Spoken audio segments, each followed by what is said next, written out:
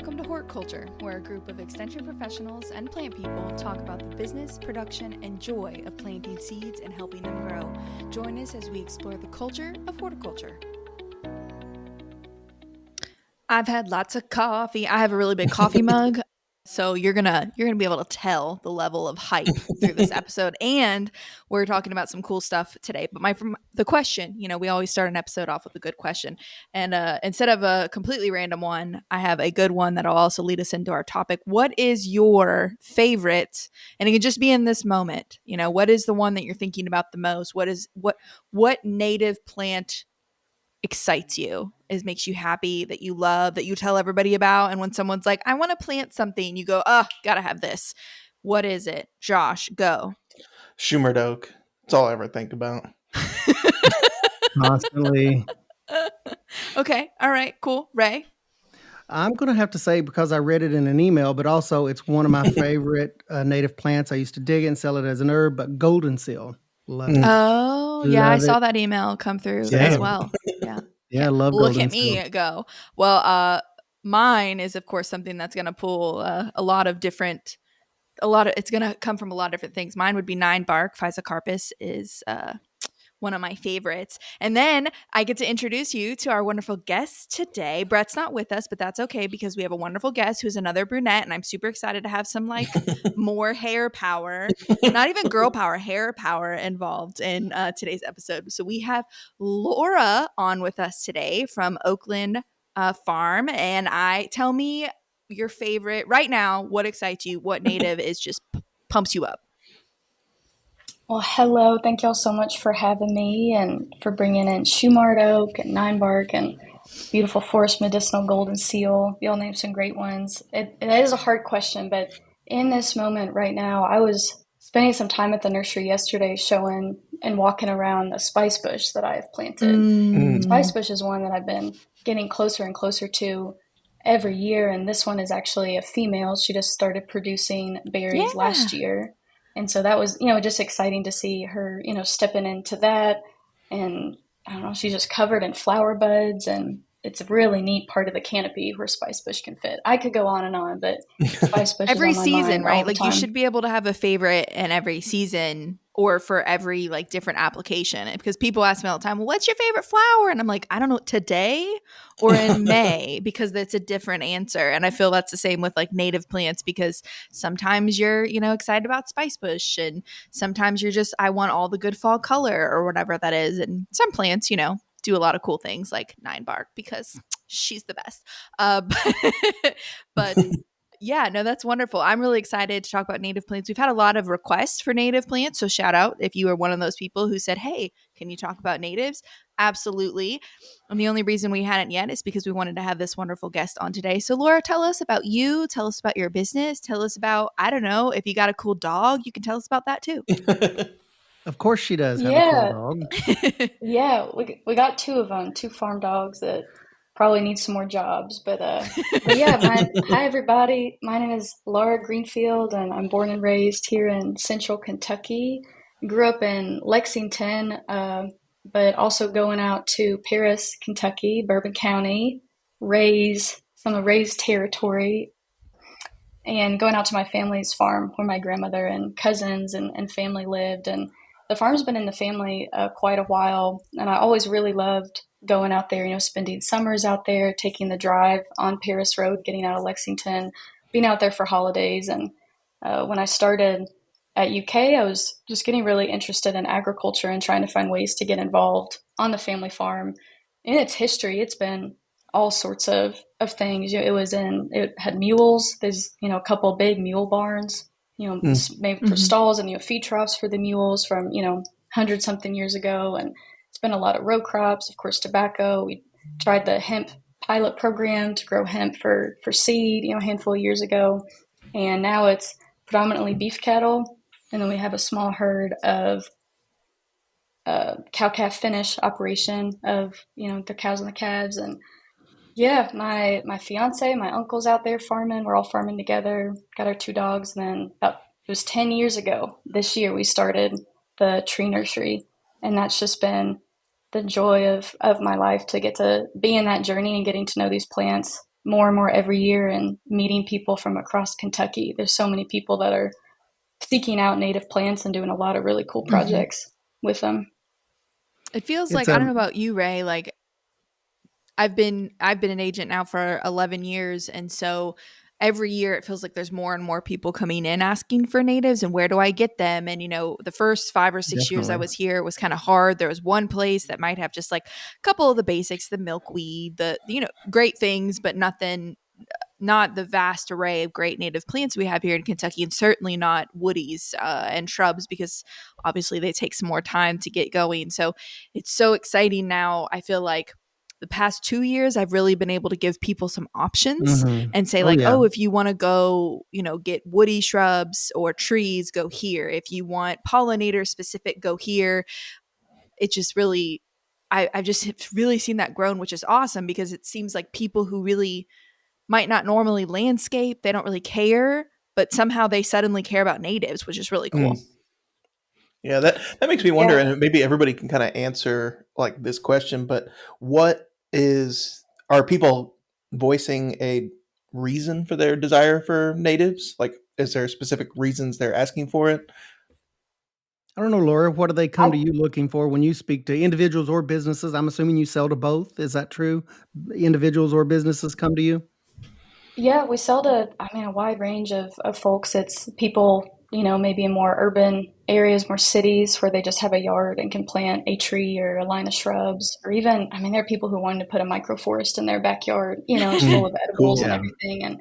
And then, yeah, cities and parks and conservation districts, folks working off of conservation grants, Mm. reforesting their farm or establishing perennial wildlife food plots.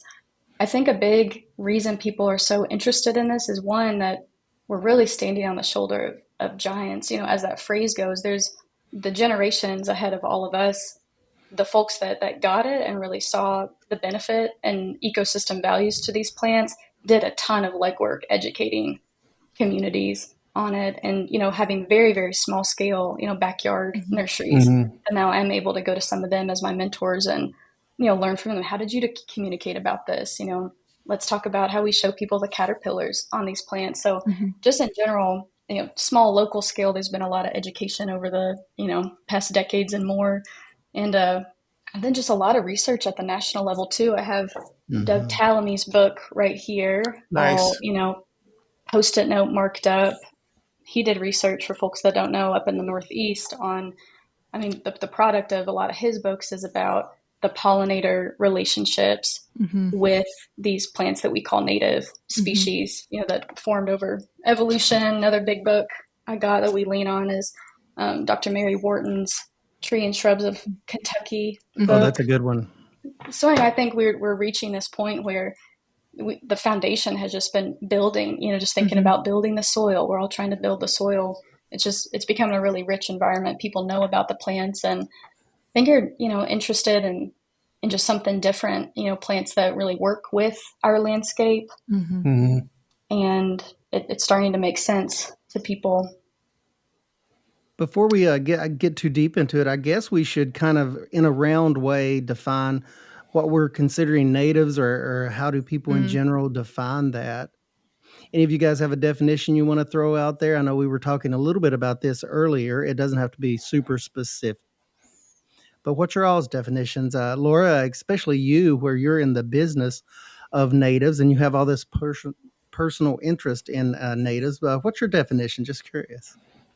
Yeah, I think that's an awesome place to start the conversation. And I think my answer may be a little unexpected, being someone who has, run and sold native plants, and so I think there's a lot of different definitions that I think we've been handed from different places, and some of that is just, in general found in Kentucky or common in Kentucky.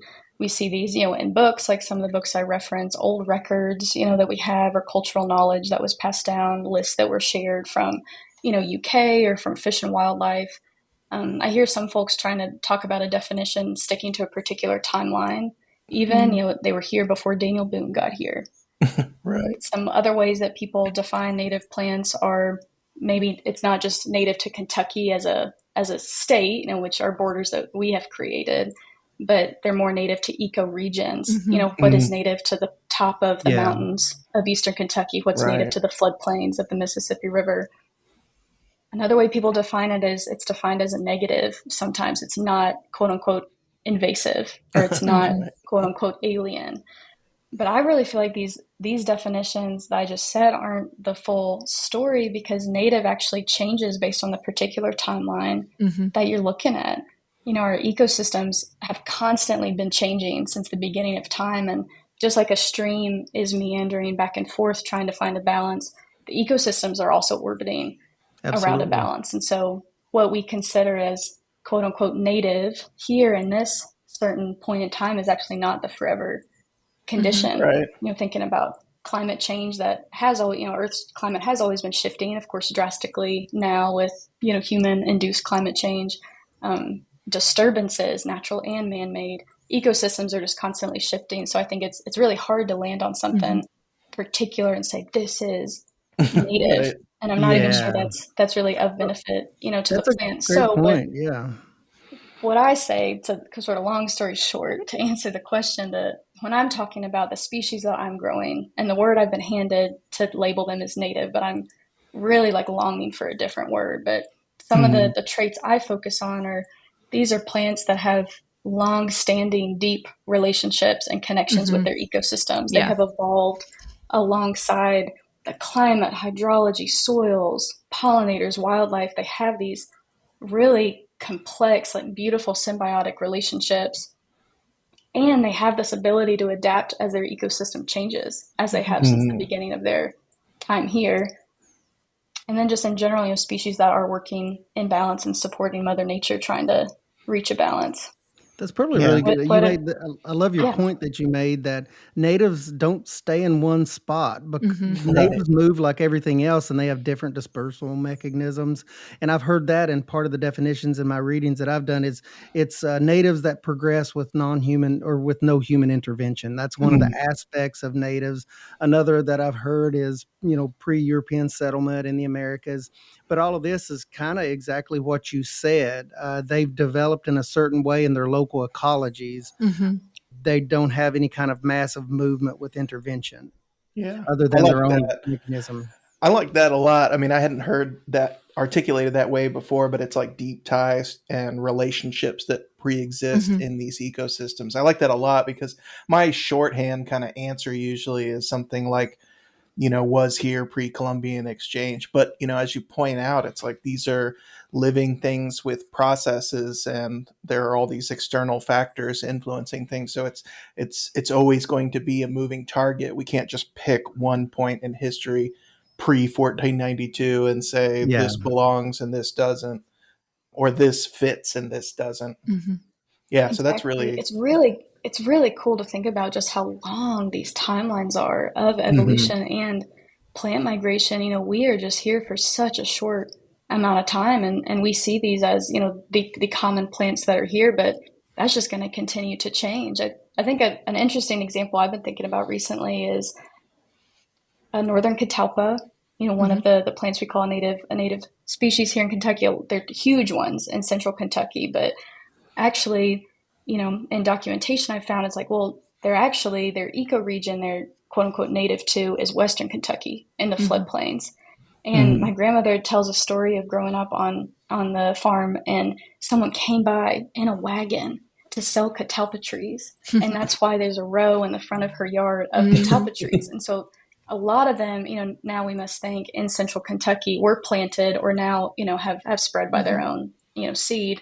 But I'm just thinking, when we documented, we see catalpas just in Western Kentucky. At what point in their Yeah. plant migration did we catch them? They weren't always in Kentucky. Were they Mhm. moving? Do we actually catch them at a moment in evolution when they were trying to get more north or more east, or Mhm. maybe out of Kentucky? We caught them at a very particular time. And so we know, since then, climate's changed. Definitely soils have changed since then. Mhm. Because, like I said, non human and human interference and disturbance has happened. So, Laura, yeah, quick I think it's question. just good to, Oh yeah. yeah, go ahead. Sorry. I was just gonna say, I think it's always nice to land on, what do we just be curious and about the plants. You know, Oh yeah. who are they interacting with, and Hmm. what are those relationships? How long have they been around? It's way longer than us. Alexis, Laura, and you too, Josh. I mean, when you speak with people about natives, are they thinking about things like this? I'm just wondering, particularly you, Laura, like when people come to you, like what's their motivation that they state for coming? And, because natives, that's a pretty niche thing, sort of still. It's becoming more broad spread. But, I mean, why do people say that they're interested in natives and they want to involve themselves with natives? Yeah, there's definitely a lot of support because of all this education and research that happened about supporting the pollinators. And so as y'all, I imagine there's all of these insects in the world, and 90% of them have evolved alongside just like 1 to 3 species of plants to reproduce and host on. Only 10% are generalists. It's kind of wild. And so, spice bush, like I mentioned earlier, and its cousin sassafras, they're the only host plants to the spicebush swallowtail caterpillar. And people, there's been a lot of campaigns, creating monarch way stations, which is amazing. And likewise, a lot of these other butterflies and moths can only reproduce on certain Mm-hmm. plants. And so people will come just focused on that. I've learned about the monarchs and the milkweed, and I want to do that for everybody else. Right. Hmm. Yeah, I would say A lot that of a was lot of yeah.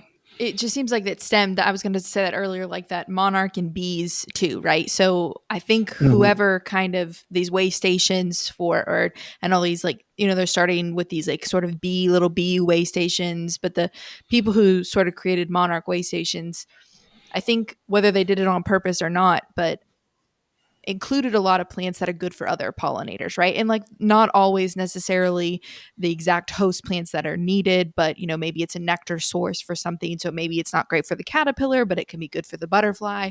But on top of that, of just, let's create these way stations and they'll pull double duty for something else. It created an awareness of that there is a need for this. And so I think that's where a lot of native things came from, where they're deep diving into a monarch way station and then they're like, oh, look at this other little tab about swallowtails. Oh, I didn't know that. I'm going to include that in my monarch way station. And then it's like, oh, that's a native. Well, is that native to my area? What else can I support? So it sort of just was like a trickle down effect, the way I've seen it in my area. And so then they get to this ultimate place of like having these native gardens, and they notice that their native plants seem to do better in their yards than their some of their other plants that they've gotten. And then all of a sudden they're killing off all of their yews and their ivies and all those things and putting They're in trying to kill those they're things off. trying to kill it. They're Facts. trying, yeah. And putting in these native species and really trying to do rain gardens. It just seems to be like this sort of trickle down effect that kind of, in at least my area, stemmed from sort of those monarch way stations and support the bees initiatives. And it was just like people just kept deep diving, kept clicking the next tab on the internet, right? So but it's been good. It's been good to see people caring about other things as a result of caring about this kind of monarch and bee issue. I call It's pollinator gardens the gateway to natives because it yeah, kind of is, because exactly. it's Yeah, or yep, approachable.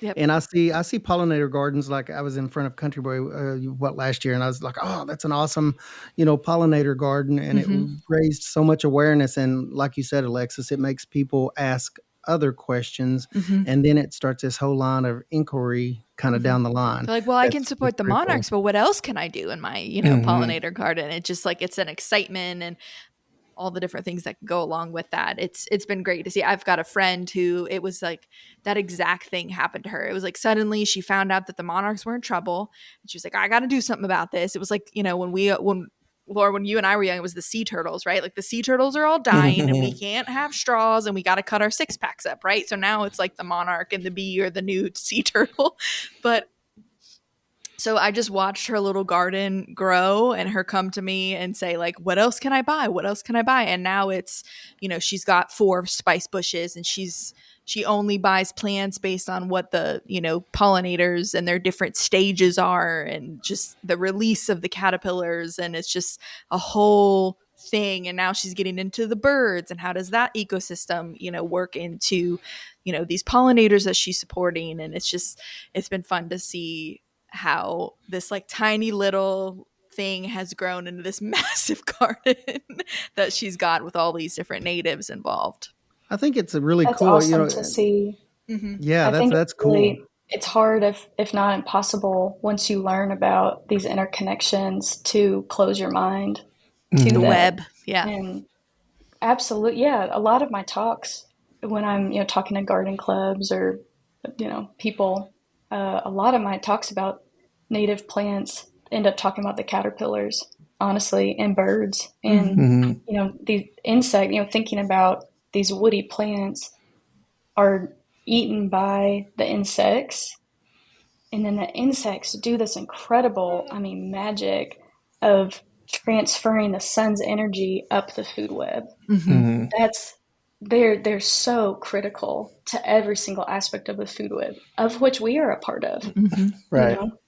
And yeah, it's just, but yeah, there's other, yep, I think pollinators are a big gateway, as y'all are saying. And then, Butterflies are really the gateway. People love butterflies, and if you can relate butterflies back to the plants that support them, you have them. And You it's have easier their to get attention. kids involved, right? Because like butterflies are so exciting, and if you start them young with this idea, then it just flows up the system from these It's elementary easier to sell schoolers. that. Yeah. They mentioned that. I can't remember what class it was, but I remember somebody pointing out this phenomenon of the quote unquote charismatic megafauna. And it's like the animals that we like, that we Yes, look that's what at I and was think, thinking of, how do Josh. I save that? Because it's really hard to just say, well, Things that ecosystems support. are cool. What do you embrace with that, right? Like, how do you identify that? So it starts with saying, don't you care about this? And look, it's part of this whole huge family, and it has a habitat. And yeah. So the way it was put to yeah, me, Josh, that's right. was you don't relate any plants that support cockroaches, because people may not care about those as much as butterflies, even though they're both important. Yeah. Right, Yeah, right. yeah, yeah, absolutely. Yeah, Well, yes, they are here, and they are important, in their own way. And that sort of relates to another thing people come seeking out, is they're doing removal of introduced species. Species yes, like I was hoping garlic we were going to mustard talk and about that. Yes. bush. I think it's hard to talk, if we're calling one thing native, people want to call something different, something they want to give another, name to it. And so, yeah, people are working on their property to remove introduced plants like garlic mustard, bush honeysuckle. Farther down south, it's kudzu. The list goes on.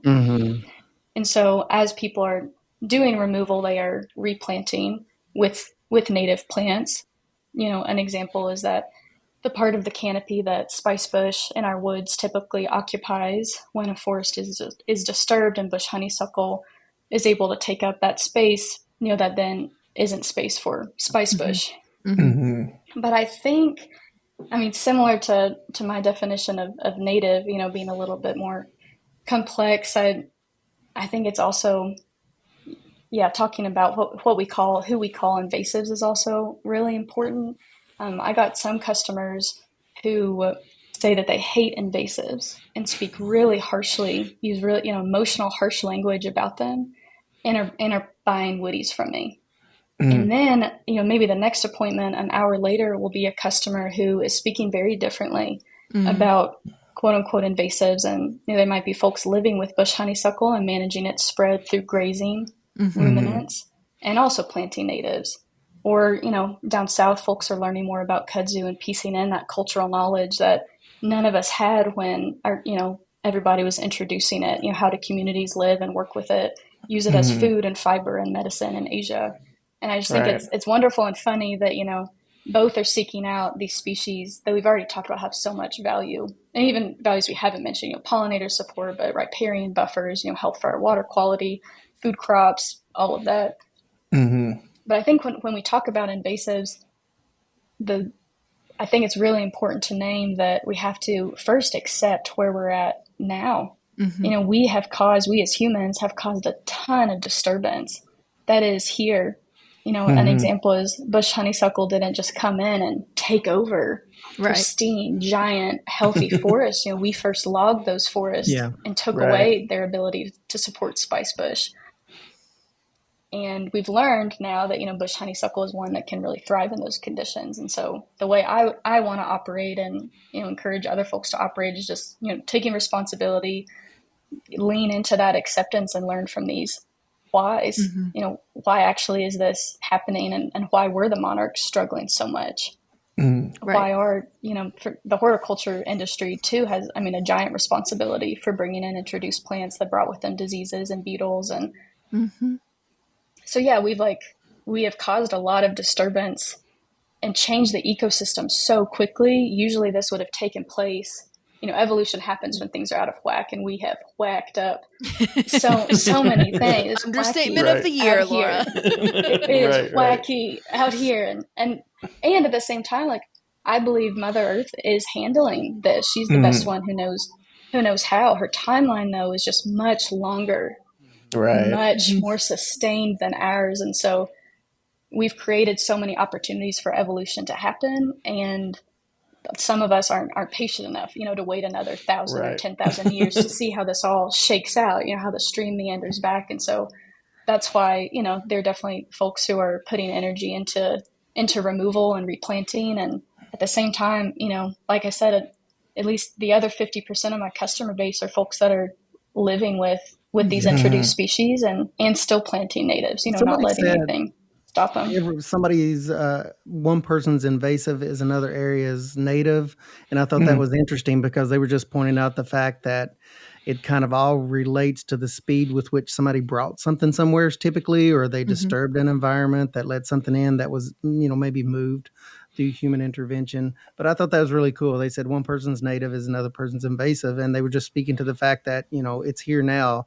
We deal with it. Mm-hmm. And I had a completely different take when I was prior job. I was a commercial landscaper, and I never thought about it in terms of natives at that point. I thought about it in terms of whatever I could get my hands on. But I loved working with natives because they were adapted to local conditions, and I had less follow up phone calls typically with plants that weren't considered natives. And that's one of the things I think from a functional perspective in landscapes is I love the thought of natives, that they are well adapted to the local ecology, the local environment.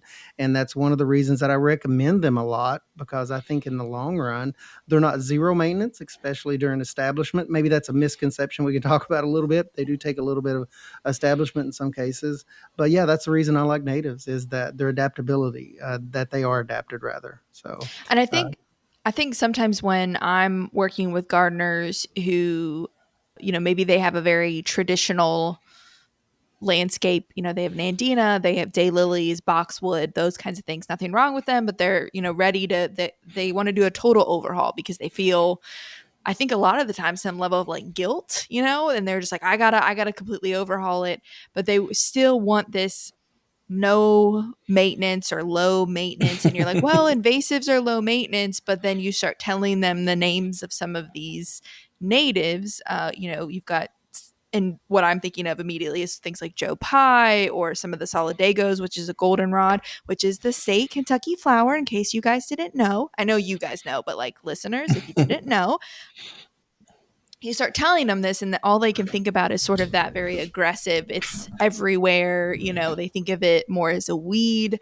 And I think why I kind of hate the word invasive. I almost wish it was something called like alien, because goldenrod can be like invasive in your garden beds if you don't have a good species, if you have a very aggressive species. And so natives can be aggressive. it can be Yes. kind of hard sometimes when Yeah. you're talking to people who really want the idea of natives, but they don't want to work hard for Aggressiveness. it. Yeah. Right. Yeah. The low maintenance landscape, right? Low, Even yeah, low natives maintenance take a little landscape work. Yeah. in That's something. general.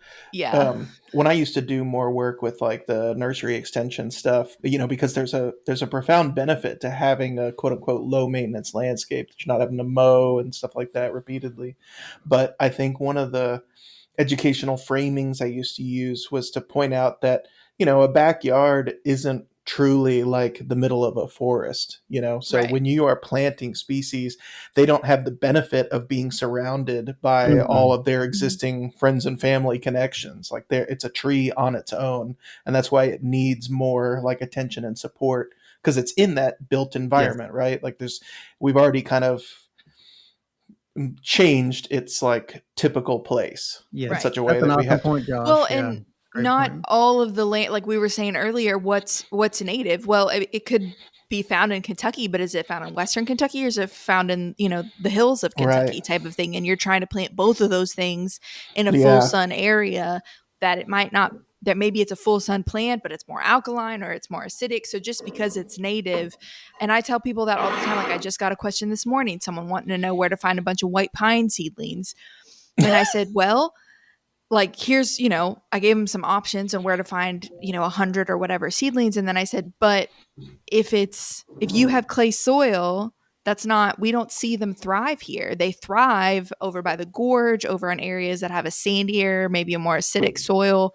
The drainage is very different, and we're only an hour and a half from the gorge, but we have heavy clay here. So that just because white pine might be found in those areas does not mean that it's going to do well in Boyle County, Kentucky. Mm-hmm. So just like thinking about that, and it can be just sometimes it's hard to think about natives as it is to think about just any plant that you're going to find at Lowe's Right. or something. Well, yeah, Question we have for this. I was going to say we have this like kind of association because it's a gradient, right? Like if you go into like a maybe not a downtown space, but a tightly population dense area, that built environment can be 100% artificial. You can Mm-hmm. create whatever soil texture you want and depth and all that. But as you move outwards, you're less and less likely to be doing something like that, Mm-hmm. right? Like the energy required to do something like that just becomes too costly, and you'd rather not create something Mm-hmm. brand new and instead work with what you got. Yeah. sometimes it's Yeah, the path of least resistance. Yeah. there's some really cool work that landscapers do. And now you might be hearing people call themselves native landscapers, just Mm-hmm. meaning they have a specialty in designing these landscapes based on these species that we've been talking about that have all these interconnections with the ecosystem around us. And so yeah, people will sometimes I think people have a misconception that a quote unquote native landscape is more wild looking or more messy, Mm-hmm. and it's really, there's a lot of possibilities with Mm-hmm. using these plants in a landscape. And I tell people, just because it maybe looks a little bit more wild, it's not going to look like a boxwood, Mm-hmm. and maybe thank goodness for that. Yeah. But Thank it's going to goodness. look interesting and in so many different ways. And just because something maybe looks a little bit more wild, it doesn't mean that it looks messy. Mm-hmm. But I've Right. really enjoyed getting to work with certain landscapers, because that is something when people are coming out and learning about these species from and with me, a lot of people are still wanting to seek out some landscape design Mm-hmm. support, because it can be Mm-hmm. intimidating if you're working on a landscape that Absolutely. you really want to aesthetically look good. And Mm-hmm. boy, Mhm. I've seen some amazing ones where there's a flower show throughout the year, Yeah. and Mm-hmm. they just come out like fireworks. One of my friends called it as she described it, and I thought that was a really beautiful way to put it. And I mean, the color palettes are just beautiful tones. I mean, you can't almost Mm-hmm. beat the palettes of, I mean, what American plum turns into throughout the year. Just starting off with the white flowers, even Mm-hmm. before there are any leaves on the tree. Plum has just covered in white flowers, and then the green foliage just gets greener throughout the season, and then the dots of red plums pop up, and then the foliage turns. It's just it's a show, just like we get to see the sky change every day. You know what? That's how I feel like This these sounds like landscapes look too. just good landscaping principles. Are you telling me that natives are not magical? I still have to use good landscaping principles. Clump planting. You have to know something about the soil, Alexis. Josh, you have to know something about the ecology of the spice bush because it's a mid-story, not an upper story. I mean, so we're talking about you still have to adhere to those Mm-hmm. principles. Are you finding that that's what our landscapers do they take that into account? I'm sure. Laura, when they come to you, they have a specialty. So I'm just assuming that they do take that into account. Oh yeah, yeah. These folks are, I mean, as curious as they should be about these plants, and really particular about the spots to put them in. And I do say to people, if you're gonna try a plant in a different spot, maybe not a typical spot for it, a native is a good a good one to give a shot at, out of Hmm. all of them. But yeah, they do. It is really important to communicate where they like to be, and I'll often ask people just look at landscapes that you really admire or want to emulate, or bring closer, home to you. What plants are there? What's the spacing of them that are there? What's the upper, mid, and lower canopy? And then we think about the phases to establish those. What we kind of been talking about, we mentioned what your definition of native and things like that. And one thing that I think pops up a lot, at least when I talk about natives with people, is the native plants that have been hybridized. So it's, an echinacea or a baptisia or even a maple tree, right? So we have native maple trees here, and maybe it is our true genus species, like native, but it's been hybridized. What is everyone's like feelings on those? Mine is that there is, it depends on what your goals are, right? So when I'm talking to someone and their goals are a pollinator garden or a garden that is going to support the ecosystem in some way, as far as birds or whatever, usually I'm pointing them towards the straight species, because a lot of the time our hybrids have been, they're bred more for something showy or Hmm. better fall color, better flower color, bigger flowers. So a lot of the time those nectar sources or leaves, even sometimes leaf size, all of that has been bred out or is at a minimal. But if there's people who are like, I just want a garden that is going to be better, it's going to establish better, maybe it's going to weather better, kind of thing, or they just Hmm. have like a very challenging area to garden in their garden, then going with a hybrid is not a bad thing necessarily. And I'll cut flowers and I grow a lot of natives. Like that's kind of my niche, is natives for cuts. And I have a mix of solid species and hybrids because they bloom at different times. And so in my mind, I'm supporting the ecosystem, but I'm also putting less into them. So it's kind of, I don't know, that's how when I talk to people, it's really like, what is your goals with the natives? What are your all's thoughts on that? Like those hybrids and things. I'm with you on that, Alexis. It is, yeah, it comes down to what are your goals? And same Mm-hmm. thing with folks doing introduced removal. What are your goals with Mm-hmm. this? And yeah, I've seen some different pieces of science about how even leaf chemistry can change with Mm-hmm. Hmm. hybridization and things like that. So yeah, I think it's just looking into what are your goals with it, and for this particular cultivar or clone that you're looking at, you know, just Right. learn a little bit more about it. Yeah. I do talk to folks about. I grow a lot of fruit and nut species, Mm-hmm. but just the straight native species. And so when Mm-hmm. folks come to me and they're looking for a particular pawpaw cultivar or elderberry or hazelnut, I'll point them to some awesome growers we have here in Kentucky who really specialize in those specialty orchard species. But I like to talk about the straight native species and the genetic diversity that you're supporting the Hmm. ecosystem with.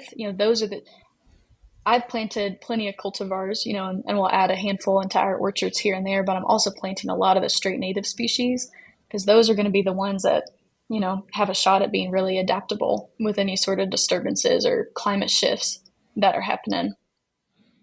Yeah, I would agree with both of y'all. Although the phrasing I usually use, coming from ecology, is the cheap answer. It depends, but it does depend on, like, Josh. every question can be answered with "it depends." And same thing. If somebody's looking for kind of wildlife support and restoration of habitat and things like that, then definitely the kind of the straight native. But if somebody's looking more for, especially in like an environment that they want to, protect their house from, like, wind or something like that, like some other ecosystem service, and it's an environment that's like really harsh or cruel, then something that's kind of been bred a little bit to be more like structurally, like, Mm-hmm. tough, Pleasing. maybe. Yeah. Yeah. Question for you guys. You guys are the perfect group to throw this at. But let's say somebody is brand new to the concept of natives and they're looking for just general support. They're looking to find out more information. What's your all's favorite references? Laura, you've already thrown out some two very good ones. Mhm. But how about websites or other resources where they can go and plug in something like a zip code and get some information on ground covers or upper story trees or grasses that may be native? Do you guys have any favorites? I know we have some good ones here in Kentucky as far as websites go. Let's websites. I'm a big fan of what is it, the Kentucky Native Plant Society. I've been Mhm. on their website a whole lot because I love the fact that you can do things by zip code, and they've got a lot of resources on there. But what else? How do you guys direct people as they're just looking to get more information? The one that I have, like, I don't even print the whole publication because think I can throw some people off, but I print out the tables that are in that, and it's something that's like always out for the public to get to, whether I'm here or not. Is we have a rain garden publication that in it is, how to put in a rain garden, blah blah blah, but it's also rain garden plants. But in these tables, it has everything set out. I love a good table, right? And so you can go to shrubs or ferns or these herbaceous perennials, all of these different styles of plants. And then you can go through there and you can just look at a box and be like, okay, I need a shade plant that's in a dry area. Here's a list of them.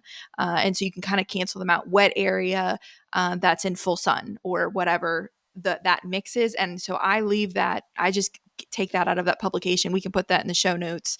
And so for Kentucky, but it could be, useful if you're in any area. You might have to do a little bit more research, but at least you have those options in front of you that you're like, oh, well, I have a dry shade area. Here's some plants that would do well. And then maybe you have to call your local extension or do some more research on your local native plant groups. But I love that and I use it all the time. And then for my people who have some design, who really need someone to design it for them, essentially, or just struggle with that, which I'm one of them. So no judgment.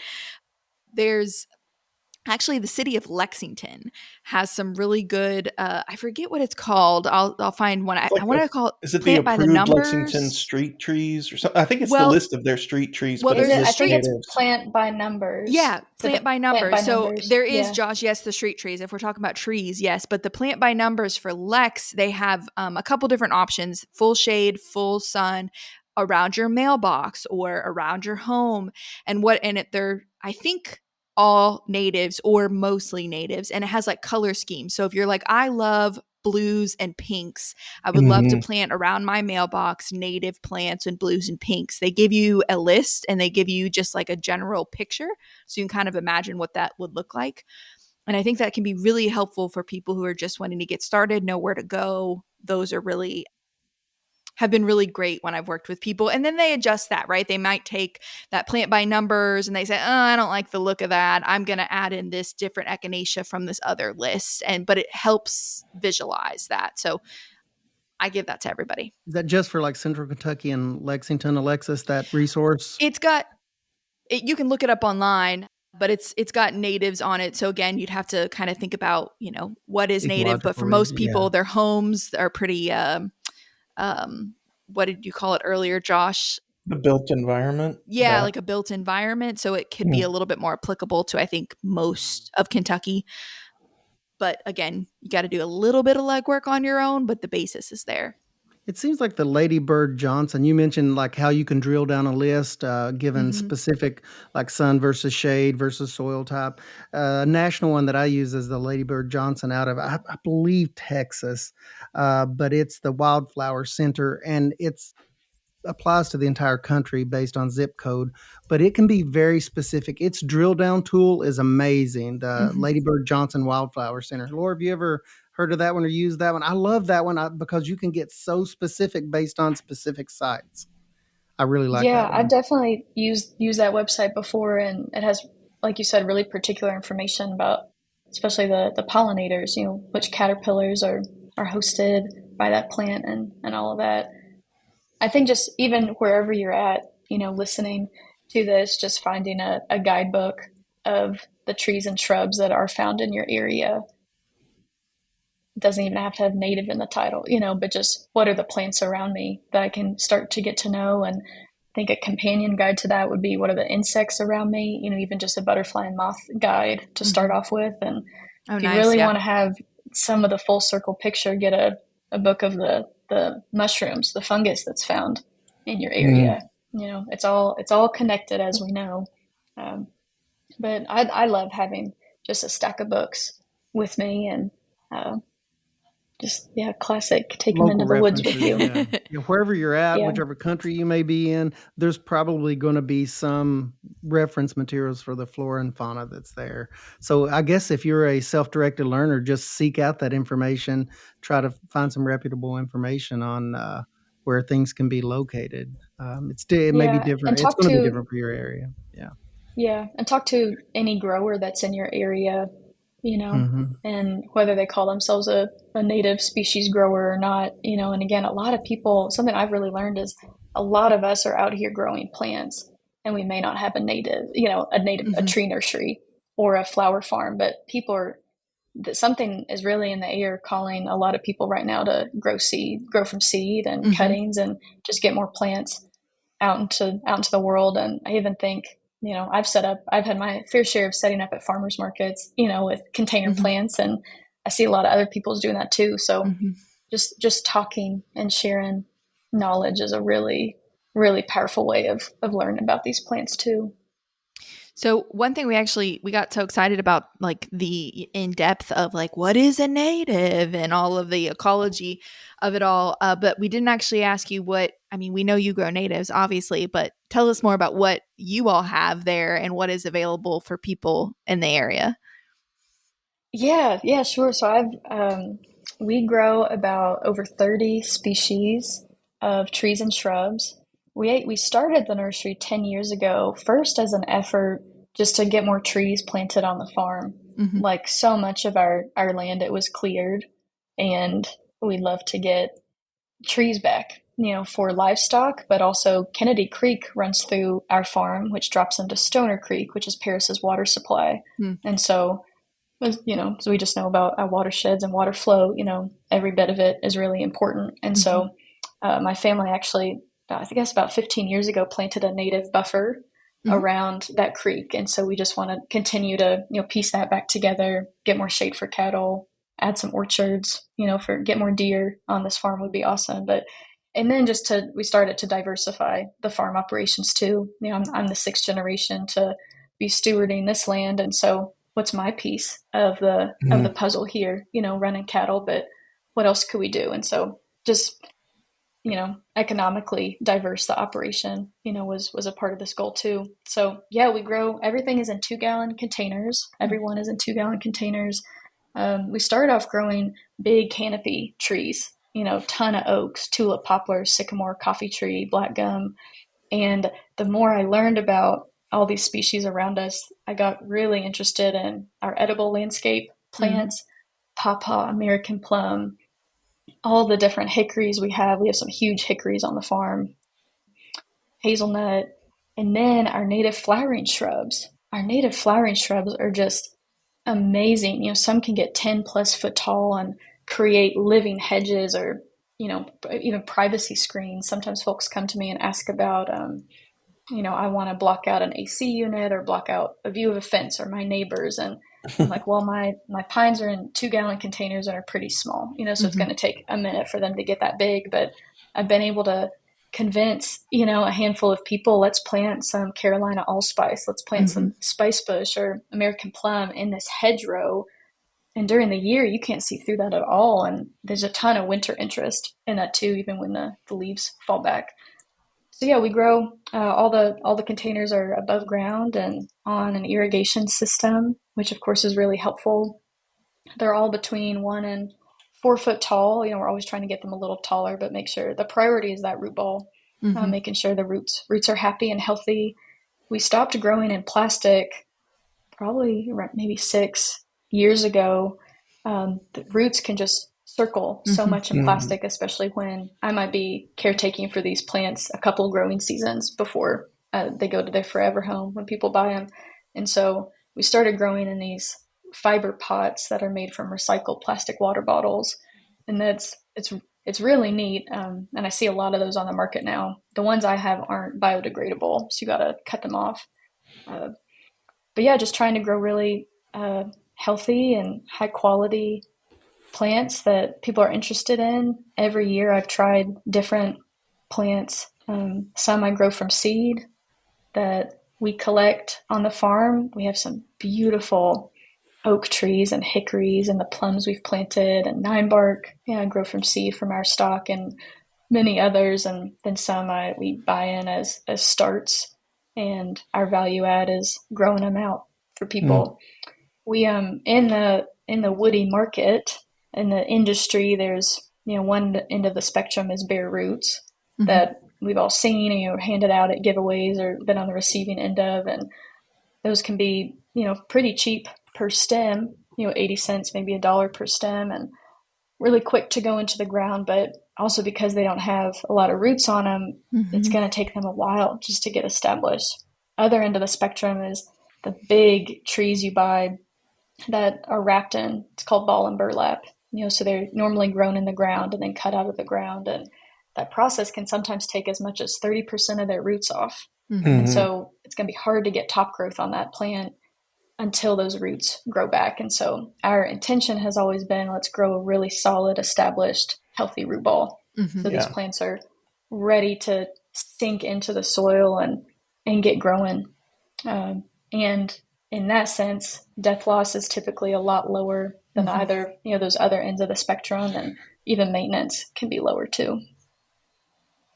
Yeah, no, I think that's awesome. I've got the friend I told you whose garden has just like exploded over the years, has a couple of your trees, and I can tell you that they are all still alive after 2 years, and they are huge.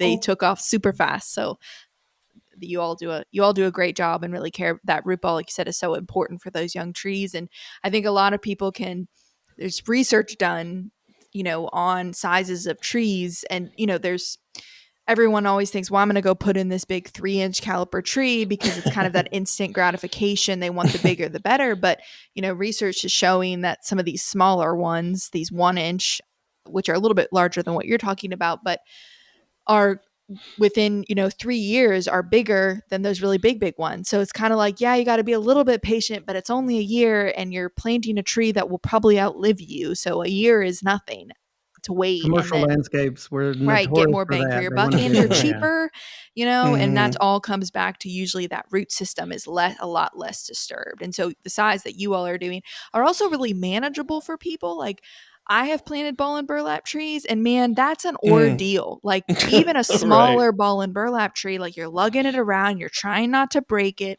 and is just like, I mean, if I didn't have a gift card for a really nice tree, I would have bought a much smaller one because I can plant that by myself. And so there's definitely a give and take on that. Yeah, that's right. Sometimes you got to bring out some equipment, Mm. but Yeah, we I've had the That's a I've lot of auger seen work. out. little It was a whole kids. thing. Yeah. Yeah, I've seen little kids plant our trees, and that's pretty cool too. Mhm. We Much more do the approachable. size of our root balls is it's pretty nice. We've experimented a handful of ways. If we have folks buying, a few hundred trees and we're trying to get as many out on our farm, what is the most efficient way to get them in the ground? It is a 2-gallon, so it's a couple shovel strokes. We'll dig that hole. We've used the auger on the tractor too, just to zip, and zip in some holes.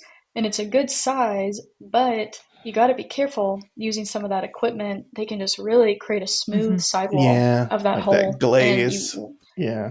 exactly, and you want to just score that up, give the roots something to penetrate into. Uh, but yeah, like I've said, we've had folks come out for pollinator support, food crops, perennial food crops for wildlife instead of planting a bunch of annuals, annual corn or soybeans for deer, for example, or turkey, whatever you're trying to put in the freezer. Planting a bunch of trees, if you plant a bunch of persimmon, maybe you get some too, and hold some deer on your farm. And then a big set of projects that we support, our plants support, are riparian restoration and stream restoration. projects. I think our Yeah, waterways cool. just need a ton of help. Talk about whacked out, disturbed situations. Looking that at you, that's a Japanese big one. And knotweed. Yeah. Yeah. Ugh. All the invasives and disturbances. Yeah.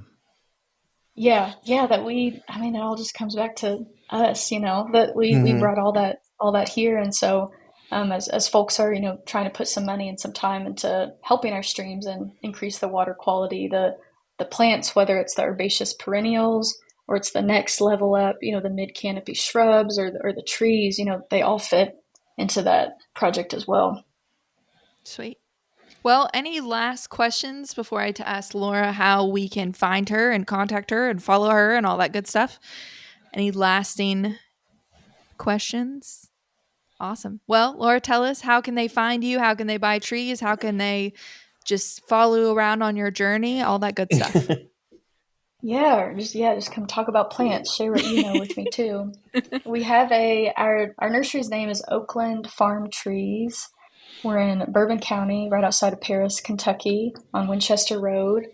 You can find us online, oaklandfarmtrees.com, as well as on Instagram at our name and Facebook. We only do appointments at the nursery, and so it's my number and my email on all these different platforms. And so you can just reach out and we book an appointment and you come out and visit. At a handful of times, we've had events on the farm for Tree Week, hosted Urban Forest Initiative here in Lexington, or garden clubs have also scheduled visits to come out, and university classes. So if anybody has a group that wants to come out and see a small mid-scale nursery, operation, happy to show what we do and what we know. And sometimes we even get to travel back on the farm and just see the 350-year-old oak trees and the hickories we harvest from, and we put in a stand of native warm season grasses. It's pretty cool to see Cool. those growing. So yeah, we're trying to do a lot of different stuff and just build a farm operation that isn't reactive so much as it's proactive and just supporting Mother Nature. Awesome. Well, that's so exciting. Well, thank you so much, Laura, for being here with us and talking natives. Like I said, it was something that a lot of people commented on. So when you were like, hey, I was like, yes, come hither. Let's talk all of the things. So we're really excited that you were able to join us today. And I am excited to come out and see all the cool stuff that you're going to do. So now I'm just going to come out and we're going to be like, I know you, we're best friends. Anyways, Yeah, thank you. yeah, that sounds really good to me, and thank y'all so much for the conversation Thank and the, you. the opportunity Thank Yeah. you. to be in conversation and in this world with y'all. Thanks for doing We're what y'all do on your happy end. to have people like you out there doing the good things and making these things available. I know, like I said, Ray and I have, people come to us all the time. They're like, where do we get it? So it's really One more awesome now to reference. have Yes. Love it. I people to love it. recommend that we know have good quality product and really care about not just making a sale, but the whole ecosystem and how those interact. But if you have any questions, you can definitely contact Laura or you can contact us and we will get with her. And if you want to contact us, you would do that. You can shoot us an email. That link is in the show notes. You can also follow us on Instagram and shoot us a DM, which is what Laura did. So see, it's not me just making up that you can contact us on there, because you can, and it'll be me. So, just FYI. So you can do that. That's Hort Culture Podcast.